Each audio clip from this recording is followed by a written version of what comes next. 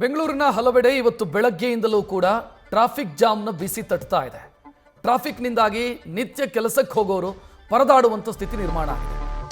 Richmond circle, KR circle, corporation, KR ಮಾರುಕಟ್ಟೆ, Maharani college ರಸ್ತೆ, SR Nagar ಸುತ್ತಮುತ್ತ ಬೆಳಗ್ಗೆಯಿಂದಲೂ ಕೂಡ ಟ್ರಾಫಿಕ್ ಜಾಮ್ ಆಗಿದೆ. ಟ್ರಾಫಿಕ್ ಕ್ಲಿಯರ್ ಮಾಡೋದಕ್ಕೆ ಸಂಚಾರ ಪೊಲೀಸರು ಹರಸಾಹಸ ಪಡ್ತಿದ್ದಾರೆ. ಬೆಂಗಳೂರಿನ ಫ್ಲೈಓವರ್ಗಳಲ್ಲೂ ಕೂಡ ಟ್ರಾಫಿಕ್ ಸಮಸ್ಯೆ ಎದುರಾಗಿದೆ.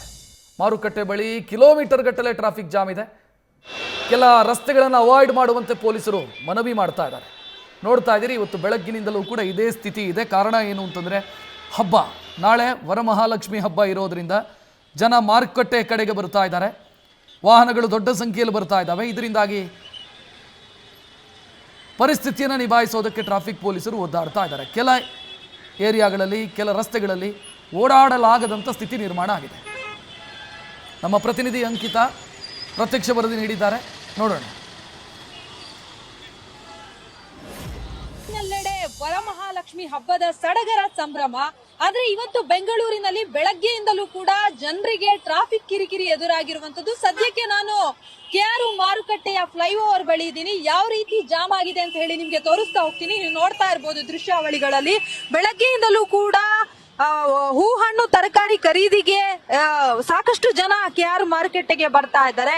ಆ ನಿಟ್ಟಿನಲ್ಲಿ ವಾಹನ ಸಂಚಾರ ದಟ್ಟಣೆ ಕೂಡ ಜಾಸ್ತಿ ಆಗ್ತಾ ಇರುವಂತದ್ದು. ನಿರಂತರವಾಗಿ ಬೆಳಗ್ಗೆಯಿಂದಲೂ ಫ್ಲೈಓವರ್ ಸಂಪೂರ್ಣವಾಗಿ ಜಾಮ್ ಆಗಿರುವಂತದ್ದು. ಅದರ ಬೆನ್ನಲ್ಲೇ ಫ್ಲೈಓವರ್ ನಲ್ಲಿ ನಿಲ್ಲಿಸಿದ್ದಂತಹ, ಅಂದ್ರೆ ವಾಹನ ಪಾರ್ಕ್ ಮಾಡಿದಂತಹ ವಾಹನ ಸವಾರರಿಗೆ ಸಂಚಾರಿ ಪೊಲೀಸರು ಶಾಕ್ ಅನ್ನ ಕೊಟ್ಟಿರುವಂತದ್ದು. ರಸ್ತೆ ಬದಿ ಯಾರು ವಾಹನವನ್ನ ನಿಲ್ಲಿಸಿದ್ದಾರೆ ಅವರಿಗೆ ಫೈನ್ ಅನ್ನ ಹಾಕುವಂತಹ ಕೆಲಸವನ್ನ ಈಗಾಗಲೇ ಟ್ರಾಫಿಕ್ ಪೊಲೀಸರು ಕೂಡ ಮಾಡ್ತಾ ಇದ್ದಾರೆ. ಕಂಟಿನ್ಯೂ ಆಗಿ, ಅಂದ್ರೆ ಸಾಕಷ್ಟು ಸಂಖ್ಯೆಯಲ್ಲಿ ಟ್ರಾಫಿಕ್ ಪೊಲೀಸರು ಕೂಡ ಇರುವಂತದ್ದು, ಜೊತೆಗೆ ಜನರು ಕೂಡ ಇರುವಂತದ್ದು. ಎಷ್ಟೇ ಪಾರ್ಕಿಂಗ್ ಮಾಡಬೇಡಿ ಅಂತ ಹೇಳಿ ಪೊಲೀಸರು ರಿಕ್ವೆಸ್ಟ್ ಮಾಡ್ಕೊಂಡ್ರು ಕೂಡ ಜನ ಕೇಳ್ತಾ ಇಲ್ಲ. ಎಲ್ಲೆಂದ್ರಲ್ಲಿ ವಾಹನವನ್ನ ಪಾರ್ಕ್ ಮಾಡಿ ಹೋಗುವಂತಹ ಕೆಲಸವನ್ನ ಮಾಡ್ತಾ ಇದ್ದಾರೆ. ಹಾಗಾಗಿ ಎಲ್ರಿಗೂ ಕೂಡ ಫೈನ್ ಅನ್ನ ವಿಧಿಸುವಂತಹ ಕೆಲಸವನ್ನ ಕೂಡ ಮಾಡ್ತಾ ಇರುವಂತದ್ದು. ನೋಡ್ತಾ ಇರ್ಬೋದು, ಜನ ಪೊಲೀಸರ ಜೊತೆಗೆ ಜಗಳ ಕೂಡ ಮಾಡ್ತಾ ಇದ್ದಾರೆ. ಅಂದ್ರೆ ಪೊಲೀಸರು ಹೋಗೋದಕ್ಕೆ ಬಿಡ್ತಾ ಇಲ್ಲ, ಪಾರ್ಕ್ ಮಾಡೋದಕ್ಕೆ ಬಿಡ್ತಾ ಇಲ್ಲ ಅಂತ ಹೇಳಿ ಜನ ಪೊಲೀಸರ ಮೇಲೆ ಮುಗಿಬಿದ್ದಿರುವಂತದ್ದು. ಇಲ್ಲಿ ಏನ್ ಟ್ರಾಫಿಕ್ ಆಗ್ತಾ ಇದೆ ಆ ಒಂದು ಸಮಸ್ಯೆಯನ್ನ ಜನ ಅರ್ಥ ಮಾಡ್ಕೊಳ್ತಾ ಇಲ್ಲ.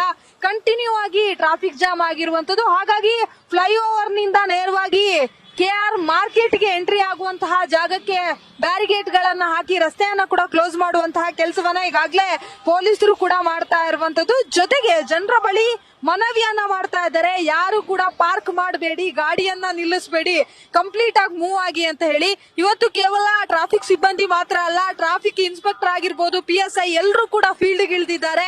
ಬೆಳಗ್ಗೆ 6 ಗಂಟೆಯಿಂದಲೇ ಸಂಪೂರ್ಣವಾಗಿ ಜಾಮ್ ಆಗಿರುವಂತದ್ದು. ಹೂವು, ಹಣ್ಣು, ಹೀಗೆ ಬೇರೆ ಬೇರೆ ವಸ್ತುಗಳನ್ನ ಖರೀದಿ ಮಾಡೋದಕ್ಕೆ ಬೆಳಗ್ಗೆಯಿಂದಲೂ ಕೂಡ ಸಾಕಷ್ಟು ಸಂಖ್ಯೆಯಲ್ಲಿ ಜನ ಕೂಡ ಬರ್ತಾ ಇರುವಂತದ್ದು. ಜೊತೆಗೆ ಇನ್ನೂ ಕೂಡ, ಅಂದ್ರೆ 11:30 ಆದ್ರೂ ಕೂಡ ಇನ್ನೂ ಕೂಡ ವಾಹನ ಸಂಚಾರ ಕಡಿಮೆ ಆಗಿಲ್ಲ, ಜನ ದಟ್ಟಣೆ ಕಡಿಮೆ ಆಗಿಲ್ಲ, ಕಂಪ್ಲೀಟ್ ಆಗಿ ಜಾಸ್ತಿ ಆಗ್ತಾ ಇರುವಂತದ್ದು. ಹಾಗಾಗಿ ಈ ರೋಡ್ ಅನ್ನ ಅವಾಯ್ಡ್ ಮಾಡಿ ಅಂತ ಹೇಳಿ ಪೊಲೀಸರು ಕೂಡ ಹೇಳ್ತಾ ಇರುವಂತದ್ದು.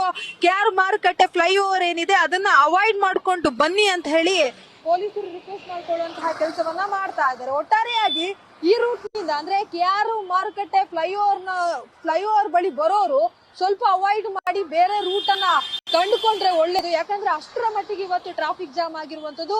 ಕಂಟಿನ್ಯೂ ಆಗಿ ಬೆಳಗ್ಗೆಯಿಂದಲೂ ಕೂಡ ಟ್ರಾಫಿಕ್ ಜಾಮ್ ಸತತ 1 ಗಂಟೆಗಳ ಕಾಲ ಟ್ರಾಫಿಕ್ ಅಲ್ಲಿ ಸಿಲುಕುವಂತಹ ಸಂದರ್ಭ ಎದುರಾಗಿದೆ. ಕ್ಯಾಮ್ರಾ ಪರ್ಸನ್ ನವೀನ್ ಜೊತೆ ಅಂಕಿತಾ ರೈ, ನ್ಯೂಸ್ ಫಸ್ಟ್, ಬೆಂಗಳೂರು.